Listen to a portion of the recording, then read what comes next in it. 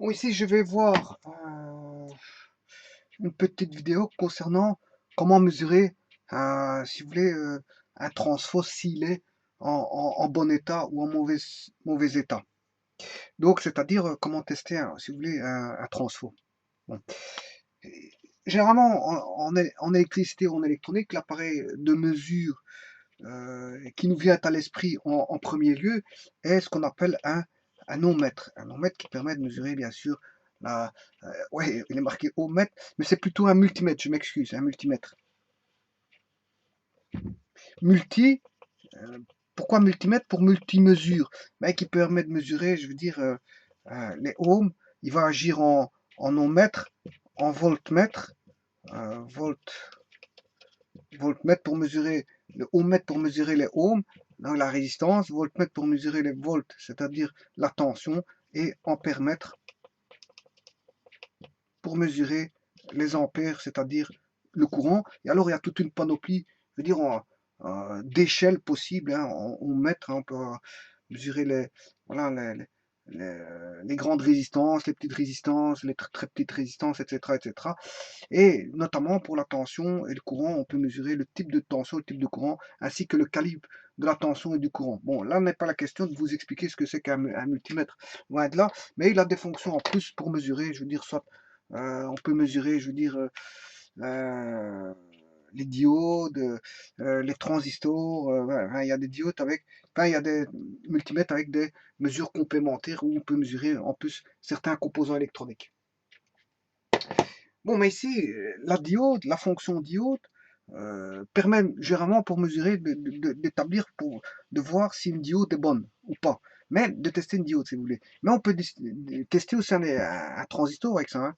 Voilà, on peut tester des diodes, comme on peut tester un transistor, malgré que on ait une fonction pour mesurer les transistors à 3 broches, mais en pratiquant avec 2 broches, 2 à 2, ben, je veux dire, euh, ayant 3 broches, en mesurant par, à 2 broches 2 à 2, ben, je peux mesurer au multimètre, mais je dois faire plus, si vous voulez, plus d'essais que si je devais mesurer directement le transistor par, euh, par la fonction de test de transistor qui existe dans certains ohmmètres. Voilà. Donc là, je mets directement mes 3 pattes. Bon, ça permet de mesurer tout de suite, alors que là, bon, il faut faire des essais à chaque fois entre 2 pattes, fatalement, parce qu'en fait, le diode, là, le testeur de diode ne possède que, en fait, 2 pattes. 2 pattes, mais à travers, bien sûr, des sondes, voilà, des sondes, voilà, qui vont, des sondes conductrices qui vont permettre de mettre les sondes au point de mesure. Voilà. Bon, généralement, ce qui nous vient à l'esprit, comme je vous ai dit, pour mesurer en électronique, ben, c'est le multimètre. Bon, sachez qu'il y a beaucoup d'appareils en électronique, hein, un fréquence-mètre, énormément, il y a énormément d'appareils. Voilà, je ne vais pas toutes les énumérer ici parce que je, je passerai mon temps, hein. Notamment, il y a les appareils liés aux télécommunications, de mesure au niveau des télécommunications. Il y a toute une panoplie d'appareillages. Mais pour vous dire que les gros des appareillages qui nous viennent à l'esprit pour mesurer en électronique, ben, c'est le multimètre tout d'abord, hein, que ce soit en électricité ou en électronique. Mais ce qui vient à part après, c'est l'oscilloscope. Et l'oscilloscope en électronique, normalement, doit être un appareil, je veux dire, portable pour aller sur voilà, l'oscilloscope est un appareil de laboratoire, mais aussi peut-être portable pour aller tester des appareils dans une industrie ou dans un lieu autre qu'un laboratoire. Bon, donc là, il doit être transportable et faire en sorte que ça devienne un outil, je veux dire, euh, classique de l'électronicien. L'oscilloscope est un outil de mesure, de test, pour voir si euh, les signaux tels qu'ils devraient apparaître sur un système, mais soit les signaux qui apparaissent à l'oscilloscope. Et si tel est le cas, c'est que les signaux sont bons. Et si ce n'est pas les signaux adéquats qui doivent être, qui doivent être, enfin, si on n'a pas les signaux adéquat sur le système et que l'oscilloscope mentionne d'autres signaux, c'est que fatalement les signaux testés ne sont pas bons. Voilà, c'est surtout ça. Donc l'oscilloscope est un outil fondamental comme l'est le multimètre pour l'électronicien. Donc l'électronicien possède en sa possession, dans sa valise, aussi bien un multimètre, bien sûr un appareil soudé à l'étain, etc. Mais fatalement, ça c'est pour l'intervention, hein. Je ne parle pas ici d'intervention, je parle tout simplement de test. Parce que faire poser un diagnostic, c'est d'abord euh, tester ce qui ne va pas. Et puis après, on intervient. Mais l'intervention, là, ça fait référence à tout un ensemble d'outillages que je ne vais pas décrire ici, notamment avec la pompe à souder. Et, je veux dire, on peut avoir comment est-ce qu'on appelle ça, un poste à souder, je veux dire, régulé, etc., etc. Bon, je ne vais pas rentrer ici dans l'intervention, mais tout simplement dans le test. De test de quoi? Mais de transfo. Donc, je ne vais pas tester une diode, je ne vais pas tester ici un transistor, je ne vais pas tester une résistance si elle est correcte ou pas, je ne vais pas tester, je veux dire, si une tension est correcte ou pas, ou si j'ai le bon signal de tension ou de courant, hein, parce qu'on sait mesurer la tension sur un oscilloscope, mais au travers d'une résistance, je peux avoir l'image de la tension qui est le courant. Je peux avoir l'image du courant sur l'oscilloscope au travers en mettant voilà, une résistance. Voilà, bon, mais ici, on va tester un transfo s'il est bon. Bon, les transfos, il y a toutes sortes de types de transfos, hein. Le transfo, qu'est-ce que c'est? Ben, il est constitué de fils. Bon, euh, bon, il existe les transfos à noyau et sans noyau. Bon, ici, je vais mettre un transfo tout simplement avec un circuit magnétique ici. Voilà. Et bien sûr, des spires. Quelques spires ici constituent, voilà, ce qu'on appelle, bon, le primaire. On ne sait jamais qui est le primaire, qui est le secondaire. Voilà, ça voilà, on le définit soi-même parce que ça dépend de la disposition, comment on va mettre le transfo par rapport à l'arrivée de tension. Et c'est ça qui fera en sorte qu'on a le primaire et le secondaire. Mais si un transfo n'est pas connecté au départ, qu'est-ce qui est le primaire, qu'est-ce qui est le secondaire? Ben, c'est vous qui décidez en fonction de votre usage. Voilà, donc ici, j'ai aussi des spires de fil. En fait, qu'est-ce que c'est qu'un transfo? C'est tout simplement des spires de fil. Si je décide que ceci, c'est le primaire et celui-là, c'est le secondaire. Par contre, attention que si je l'installe, le transfo, fatalement, il y aura le primaire et le secondaire, comme je vous ai dit, sera défini, hein. Dans l'installation, le primaire, il est défini parce qu'on sait bien où est l'arrivée de source de tension par rapport au départ. Voilà. Si l'arrivée est ici, donc ça va être celui-ci le primaire. Si le départ est ici, ben ça va être là le secondaire. Voilà. Et là, on a un nombre de spires N1, un nombre de spires N2. On peut avoir des transfos qui sont, bon, voilà, des transfos. On a plus de spires d'un côté que de l'autre, ou moins de spires d'un côté que de l'autre. Et le nombre de spires va faire en sorte qu'on aura une question de puissance voilà, enfin, une question de tension qui sera plus grande d'un côté. La puissance est constante, hein. Normalement, ben, si j'élimine toutes les pertes du transfert, l'arrivée de puissance ici, l'arrivée de puissance ici sera égale à l'arrivée de puissance ici. Bon, si la puissance est U1, I1 au primaire, au secondaire, U2, I2, non, si la puissance est conservée, bon, j'en mets toutes les pertes possibles et imaginables, j'ai P primaire est égal à P secondaire. Bon, P primaire est égal à P secondaire, ce qui veut dire que U1, I1 est égal à U2, I2. Et vous comprendrez que U1, I1 sur U2 est égal à I2 sur I1. Voilà. Les tensions sont dans un rapport inverse des courants, si vous voulez. Et tout ça pour avoir bien sûr la conservation de la puissance, dire d'entrée par rapport à la sortie. L'entrée, fatalement, c'est le primaire et la sortie, c'est le secondaire ici. Et bien sûr, qui est fonction du rapport du nombre de spires, hein. Voilà, c'est ça qui va faire en sorte qu'on a un transfo élévateur, abaisseur ou un transfo galvanique, c'est-à-dire où on a autant de nombre de spires en N1, N2. Voilà.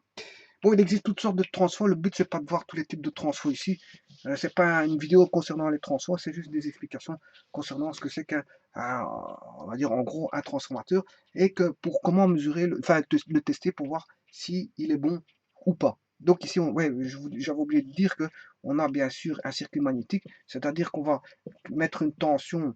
Si je mets une tension ici, j'ai un courant qui va circuler et donc il va via les spires, hein, les bobines de spires ici, eh bien, on va créer un flux qui va se transmettre au secondaire et puis on aura un effet inductif, on aura un effet induit le flux qui est créé au travers des spires ici va créer une tension et fatalement, s'il est relié à un circuit extérieur, va créer un courant de sortie.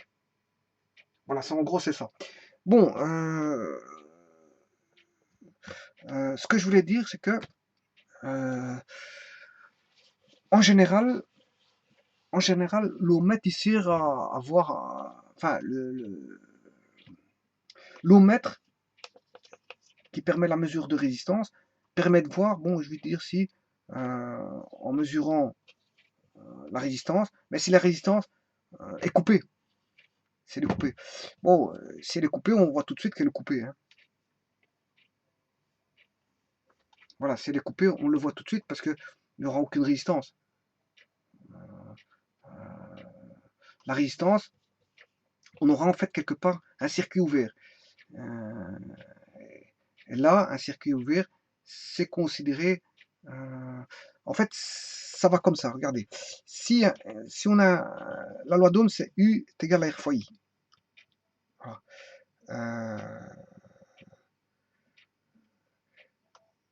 Si... donc U sur R est égal à I. Voilà. Donc, on aura un courant de passage qui sera dépendant de la tension et fatalement de la résistance. Bon, si la résistance tend vers 0, tend vers 0, le courant là il sera infini.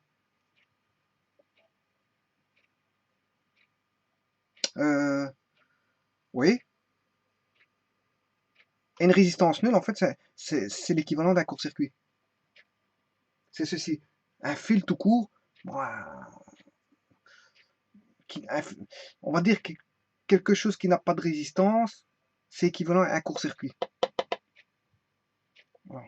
Par contre, quelque chose qui a une résistance, on va dire, si je écris U égale R, la même formule, U est égal à I est égal à U sur R, si la résistance est infinie, ben, le courant est nul. Et c'est le cas ici. Je n'aurai pas de courant de circulation. Je mets une tension. Si je mets une tension, je n'aurai pas de courant. Alors, pourquoi? Parce que le circuit est ouvert. Et si le circuit est ouvert, ça veut dire que la résistance est infinie. Voilà. Donc, quand on a une très grande résistance, si vous voulez, on n'a pas de courant. Donc, on sait mesurer le circuit ouvert du court-circuit. Un circuit ouvert, c'est R égale à l'infini, si vous voulez.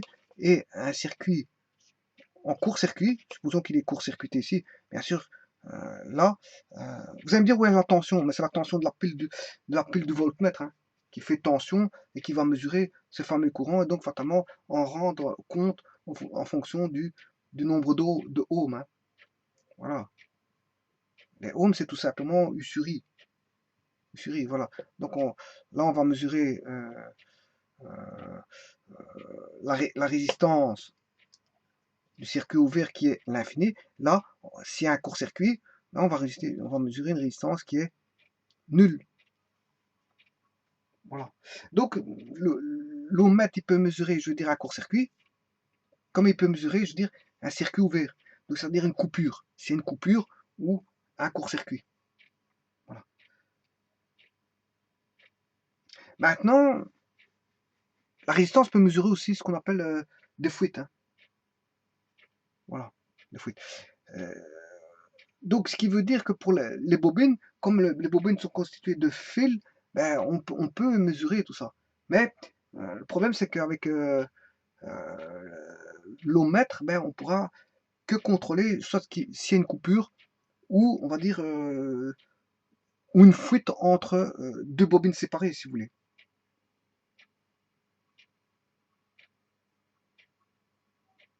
Enfin, elle ne pourra pas, justement, elle ne pourra pas, je veux dire, pour une bobine, enfin, pour un transfo, vous pouvez mesurer, je veux dire, à l'ohmètre, une coupure, je veux dire, à l'ohmètre, qu'une résistance est coupée, ou un court-circuit, mais pas pour une bobine. Hein. Parce que, pourquoi? Pas pour une bobine, et surtout si elles sont séparées,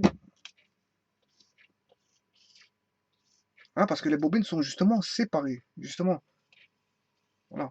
Là, on a une séparation entre les deux. On a une séparation galvanique entre les deux, donc il n'y a aucun contact entre les deux, ces deux bobines séparées. Donc, à aller mesurer ici quelque chose par rapport à ça, ben, vous comprendrez que l'ohmètre ne servira à rien, ni pour mesurer euh, la fuite, ni la résistance de fuite, ni pour mesurer, je veux dire, le court-circuit, ou encore moins euh, voilà, le circuit ouvert, entre les deux.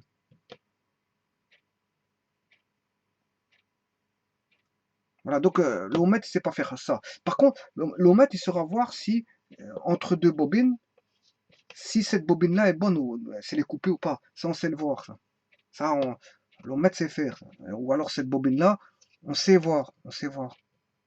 On sait voir si celui-ci est en, comment est-ce qu'on appelle ça, en circuit ouvert, ça c'est une coupure, et on sait voir si celui-ci, séparément, il est en circuit ouvert.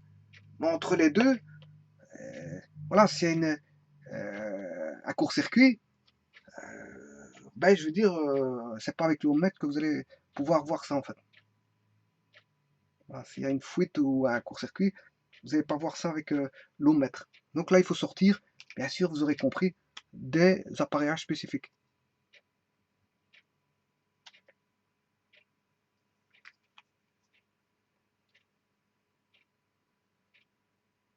Attention aux transformateurs, ils doivent être bien isolés, hein, parce que les accidents électriques, c'est comme ça, c'est un mauvais isolement de transformateur à ce moment-là.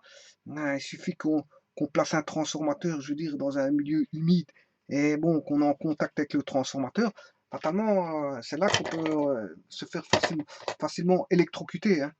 On met quelque chose, on met, je sais pas, un GSM à charger, un GSM à charger, et qu'est-ce qui se passe? Mais euh, le transfo est mal isolé, vous allez aller toucher le transformateur, vous allez vous faire électrocuter d'office, surtout si vous êtes dans l'eau, hein.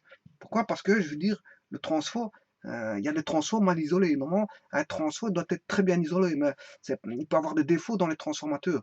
Voilà, il peut avoir des défauts qui ne sont pas perceptibles, je veux dire, pour n'importe quel kidam, et donc, ben, il peut faire une petite bêtise, enfin une grosse, parce qu'il peut se faire tuer, électrocuter. Pourquoi? Parce qu'en fait, hum, euh, parce qu'en fait, il avait un matériel, un transfo défaillant, qui faisait qu'il n'était pas isolé, et qui, bon, il s'est fait électrocuter en touchant, je veux dire, un transfo qui avait une mauvaise isolation. Bon, maintenant, comment rechercher, je veux dire, le court-circuit entre deux spires? Bon, ici, je parlais d'un transfo-ligne, hein. Transfo-ligne, bon, ce qu'on retrouve dans un téléviseur, c'est un transfo, bon, qui permet, je veux dire, euh, qui permet beaucoup de choses. Il sert d'alimentation, il sert, voilà, euh, des fameux balayages, hein. Il travaille à 15 625 Hz, et il permet, c'est une source d'alimentation secondaire, et en même temps, il permet la charge, si vous voulez, la charge électrostatique du tube cathodique. Voilà. Et donc, un transfo, on sait bien qu'il n'est pas bon. Quand est-ce? Quand, je veux dire, il y a plus quand il n'y a plus d'alimentation de 1, l'écran est tout noir, mais en plus de ça, dire quand il n'y a plus de charge électrostatique à l'écran, vous passez votre main, et je veux dire, il n'y a plus aucun effet électrostatique. Ça, c'est dû probablement, je veux dire, à de fortes chances au transfo qu'on appelle le transfo THT, très haute tension. Voilà. Bon, donc ici, transfo THT, qu'on appelle transfo ligne, donc il peut avoir quelques spiraux en court-circuit, euh, et heureusement qu'il existe un moyen, je veux dire, de contrôler un transfo qu'il soit normalement d'alimentation normale, ou de très haute tension THT, avec ce que je vais vous montrer maintenant. Bon, sachez qu'il y en a qui savent très bien voir la panne THT, hein. Il y en a qui détectent directement la panne THT, ils savent à la minute près la- à quoi que la panne est due à un transfo THT. Il y en a, il leur faut 5 minutes, ils démontent le boîtier, et pour autant qu'ils ont le transfo THT, je veux dire, en stock, si c'est dans une entreprise, ils vont la chercher, et je veux dire, ils font le remplacement direct, parce qu'il y en a, hein, ils font ça, et c'est une des pannes, je veux dire, statistiques qui entrent en jeu fameusement avec d'autres composants électroniques, voilà, qui font en sorte que la statistique des écrans téléviseurs à tube cathodique, ou des écrans euh, d'ordinateurs à tube cathodique, ben, font en sorte que proviennent d'une majorité de pannes qui sont dues à certains composants. Statistiquement, on va avoir 70% dû à tel composant, hein, je veux dire 25% dû à tel composant, et après ce sont des pannes un peu spécifiques. Enfin, j'exagère dans les 70% ici, mais voilà, mais la THT, c'est une panne qui intervient assez souvent au niveau statistique.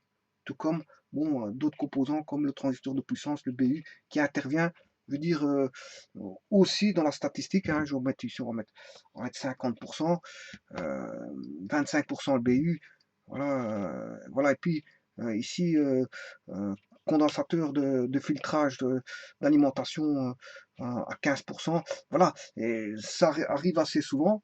On sait bien que, je sais pas les vrais pourcentages, je vous le dis tout de suite, hein. Bon, voilà, je vous mets des pourcentages comme ça. Mais on sait bien que certaines personnes connaissent les pannes dues à la THT, au BU, au condensateur de filtrage de l'alimentation. Donc, à partir de là, qu'est-ce qu'ils voient? Eh ben, ils peuvent intervenir directement en un temps de mouvement. Ils réparent un écran.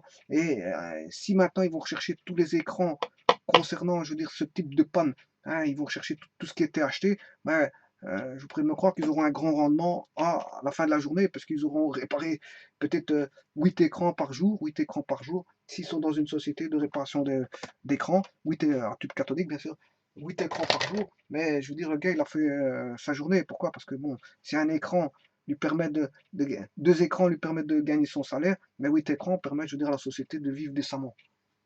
Voilà, donc c'est tout ça pour vous dire, attention qu'il y a des pannes plus complexes en électronique, hein.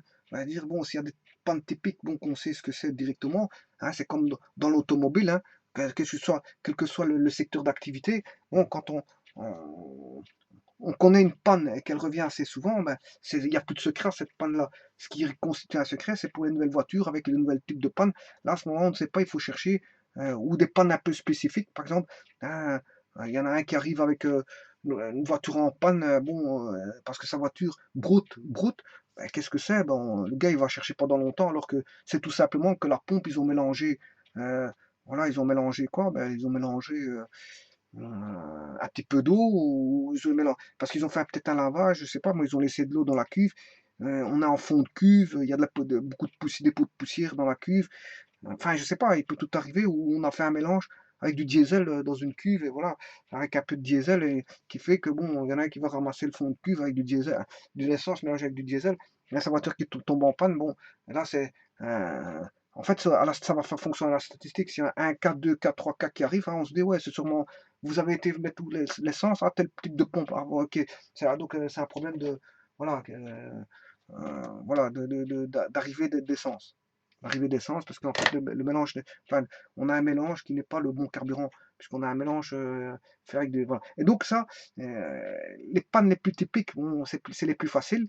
Et ça, quel que soit le système de dépannage, à dépanner, le système à dépanner, que ce soit un chauffage, une voiture, voilà, il y a des pannes statistiques qui font en sorte qu'il y a beaucoup d'éléments qui peuvent revenir assez souvent, et ceux qui reviennent assez souvent, c'est facile à dépanner, hein. Celui qui connaît le métier, en 2 temps de mouvement, il va réparer, je veux dire, la chose, que ce soit un chauffage central, on sait bien que c'est les pannes qui reviennent assez souvent, hein, ben, je veux dire, on sait bien que quand on voit, comment est-ce qu'on appelle ça, de l'eau qui est tiède, de l'eau qui est tiède, bon, on se dit sûrement que bon, c'est un problème de calcaire. Voilà. L'eau qui est tiède, c'est un problème de calcaire. L'eau chauffe, mais pas suffisamment. Donc, on va aller voir d'abord l'échangeur. L'échangeur, je crois que c'est un échangeur RO.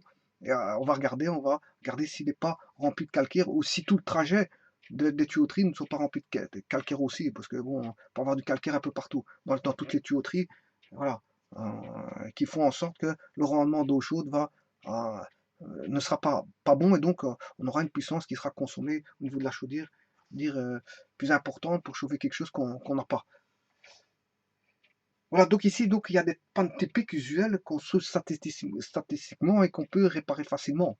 Mais d'autres pannes, bon, elles sont, bon, il y a des pannes moyennes, hein, on va chercher un petit peu, on va trouver, mais il y a des pannes difficiles. Pourquoi? Parce qu'en fait, elles rentrent pas dans les statistiques, et là, il faut faire une recherche complète, comme si on ne savait rien il faut tout rechercher, et là, ça peut devenir complexe parce que il y a des pannes parfois, il est arrivé par exemple, des gens qui se plaignaient d'une odeur de mazout dans la voiture.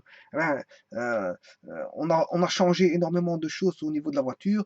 On a tout fait et malgré tout, il y a toujours une odeur de mazout. Donc, allez savoir ce que c'était. Il y a des choses comme ça, je veux dire, qui, qui sont un point d'interrogation, qui le resteront pendant, je veux dire, voilà.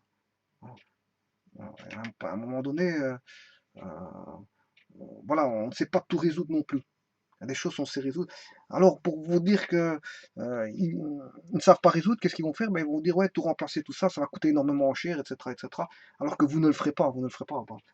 Par bon sens, vous allez dire, ouais, bon, vous allez, euh, vous allez acquiescer à la réponse de dire, ouais, bon, je décide de pas le faire. Je décide de pas le faire parce que ils m'ont dit de faire ça coûterait trop cher. Fatalement, ça coûte trop cher parce qu'en fait, ils vont remplacer tout un bloc. C'est comme, par exemple, on va dire une tuyauterie qui est soudée avec la chaleur moteur sur un véhicule. Par exemple, je prends un pot d'échappement avec, on va dire, si vous devez retirer comment on appelle ça? Un capteur spécifique qui est adossé, fixé sur, comment est-ce qu'on appelle ça, les tuyaux d'échappement. Voilà, sur les tuyaux d'échappement.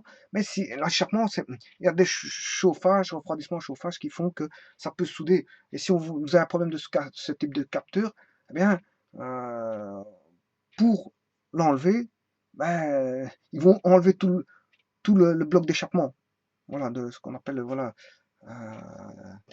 je sais plus comment ce qu'on appelle ça, mais voilà.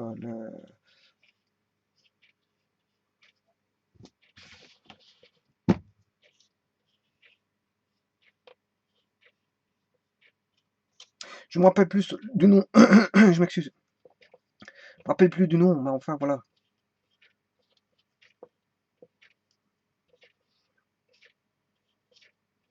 Voilà, là où on a l'échappement, ben là il peut y avoir un capteur. Et si le capteur là est bon, il est fixé et qu'il est maintenu, il est soudé du fait à cause de la température à la longue, qu'est-ce qui va se passer? Ben, je veux dire, eux, ils vont remplacer tout le bloc ici. Mais vous avez plus cher, mais eux, ils s'en foutent, hein. C'est votre portefeuille. Pourquoi? Parce qu'ils n'arrivaient pas à enlever ceci. Et si impossible de l'enlever. Si vous l'enlevez, ils vont tout casser là. Je crois que c'était encore en fonte. C'était encore en fonte. Voilà, donc quand ça s'est soudé, donc ils remplacent tout. Non, parce que c'est pour eux, c'est impossible d'enlever uniquement ça. Et donc ils vont vous faire payer plus cher. Et donc il y a des pannes comme ça. Ils vous, ils vous disent, comme ils ne savent pas, bon, ils vont augmenter le prix, et vous, soit vous acceptez pas. Voilà le problème là. Donc il y a des pannes plus difficiles, des pannes plus faciles. Les pannes plus faciles sont les pannes de statistiques qui rentrent dans le jeu de statistiques. Les pannes plus compliquées, ben, il faut faire un dépannage complet. Et parfois, le dépannage, il rime à rien parce qu'on ne trouve pas. On ne trouve pas toujours, je veux dire, la panne. Une alimentation qui se met en sécurité électronique, je veux dire, qu'est-ce que c'est? Qu'est-ce que c'est? Si tout est digital dans le grand écran, ben, je veux dire, aller chercher ce que c'est. Bon, ben, vous avez commencé à chercher aujourd'hui. Ben, et surtout que dans une entreprise, il y a besoin de rendement, hein. C'est pas qu'il faut chercher pendant 4 ans. 4 ans, l'écran, vous pouvez le jeter, remplacer par quelque chose d'autre, hein. La technologie évolue, c'est ça le. Voilà. Bon, je me suis un petit peu étalé par rapport à ça. Donc, le Transfo THT, Transfo Ligne, qui a 15 625 F. Bon, comment faire pour le tester? Tout simplement, je vais vous expliquer en gros comment on fait. Bon, ici, si j'ai un Transfo,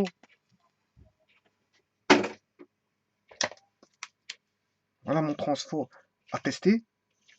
Bien sûr, avec une bobine ici. Voilà. Et la seconde bobine ici. Je vais mettre dans l'autre sens. Voilà. Voilà les deux bobines. Alors, comment fait-on? Ben, bien sûr, il faut un oscilloscope. Il faut un oscilloscope, absolument. Et il me faut, on va dire, un générateur de fonction. Un générateur de fonction. Donc, un oscilloscope, là, c'est l'oscilloscope, là, c'est le générateur de fonction. Voilà, basse fréquence ou peu importe, on s'en fout de ça. Bien sûr, il me faut un condensateur. Voilà, je vais vous dire tout de suite la valeur, c'est 4,7 nanofarad. Voilà, c'est un très petit condensateur. Donc ici, on a un oscilloscope. Oscilloscope. Bon, dans le monde de l'électronique, ils appellent ça un scope. Scope, oscilloscope, scope, voilà. Qui permettent donc de voir. Il y a des oscilloscopes analogiques, digitaux, double trace, etc. Bon, on peut avoir tout ce qu'on veut en fonction des moyens que l'on met, je veux dire, au niveau de l'appareil de mesure qui est l'oscilloscope. Voilà, bon, ici on peut travailler par exemple à 10 millivolts, 10 millisecondes par division, par exemple. Voilà, 10 millisecondes par division. Voilà, bien sûr, ce sont des écrans quadrillés, de telle manière à pouvoir mesurer, je veux dire, sur un quadrillage. Hein. En X, ce sera un temps, des divisions, un temps par division, et en Y, moi, ça va être, par exemple, une tension par division. Voilà.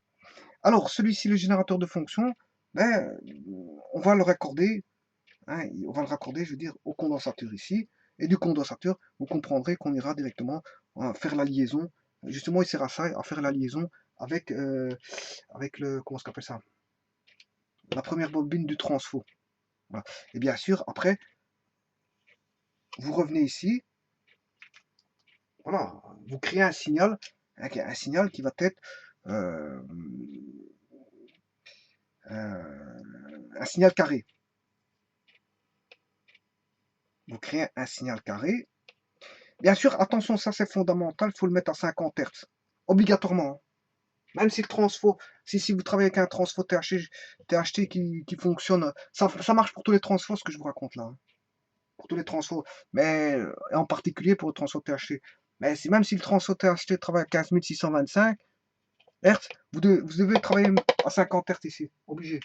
Mettez 50 Hz ici, bien sûr avec le condensateur à 4,7 nanofarad. Et là, à ce moment-là,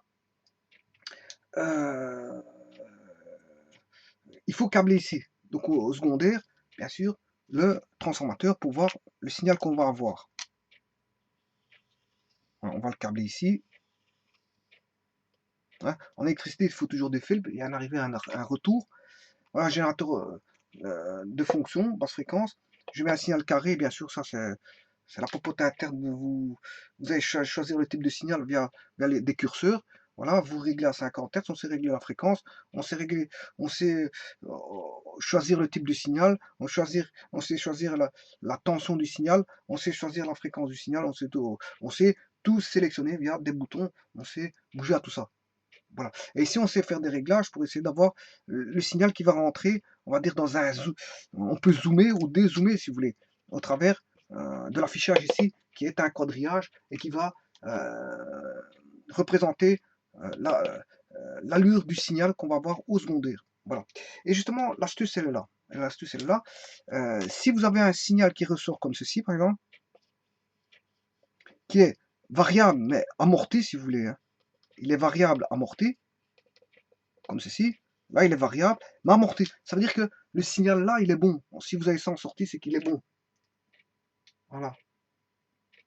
Maintenant, si vous avez ça, là, il est plus amorti. Il y a une extinction. Là, vous êtes sûr et certain qu'il est mauvais. Là, il est mauvais. Donc, le signal là, il est bon, celui-là est mauvais. Mais maintenant, s'il y en a un qui a du mal à interpréter, il a du mal à interpréter ça, il voit pas trop bien comment ça va les choses. À ce moment-là, qu'est-ce qu'il peut faire? Je vous explique comment il peut faire. Il peut pratiquer de cette façon-là.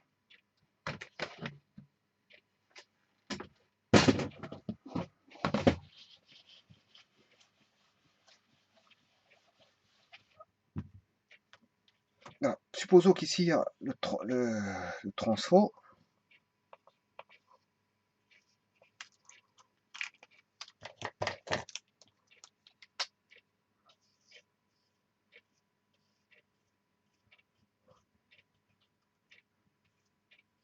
Bien sûr, avec toutes les connexions possibles ici. Il y a beaucoup de fils qui en ressortent. Il faut choisir les bons fils, attention à ça.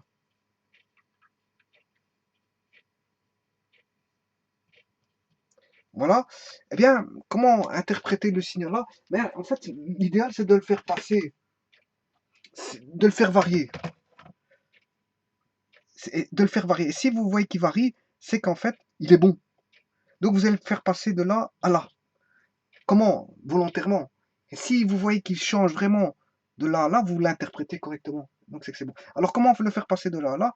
Ben, vous mettez euh, une spire, ici, voilà. Avant court-circuit, avant de les toucher, vous aurez normalement ceci. Vous aurez ceci. Maintenant, tout d'un coup, vous les faites toucher ici ensemble. Et si vous le touchez, ben, vous allez avoir une variation en ceci. Ça veut dire que vous avez créé un court-circuit, je veux dire, volontaire, et vous avez bien vu le signal qui a changé là. Donc ça veut dire qu'il a bien changé. S'il a changé, à ce moment-là, ça veut dire qu'il change. Parce que s'il n'avait pas changé, c'est il est toujours la même chance, la même manière, la même chose, c'est-à-dire comme ceci, c'est qu'il est mauvais. Par contre, s'il change, c'est que il était bon, et avec votre court-circuit, je veux dire, on va dire volontaire, court-circuit volontaire, avec votre spire, vous le court-circuitez, à ce moment il change, donc ça veut dire que il a changé, il est passé de ceci à ceci, c'est qu'en fait le transfo il est bon. Voilà comment on voit un transfo si, je veux dire, il est bon ou pas. Mais n'oubliez pas, comme je l'ai expliqué, de mettre un condensateur de 4,7 nanofarad et surtout de mettre du 50 Hz, hein, de mettre du 50 Hz.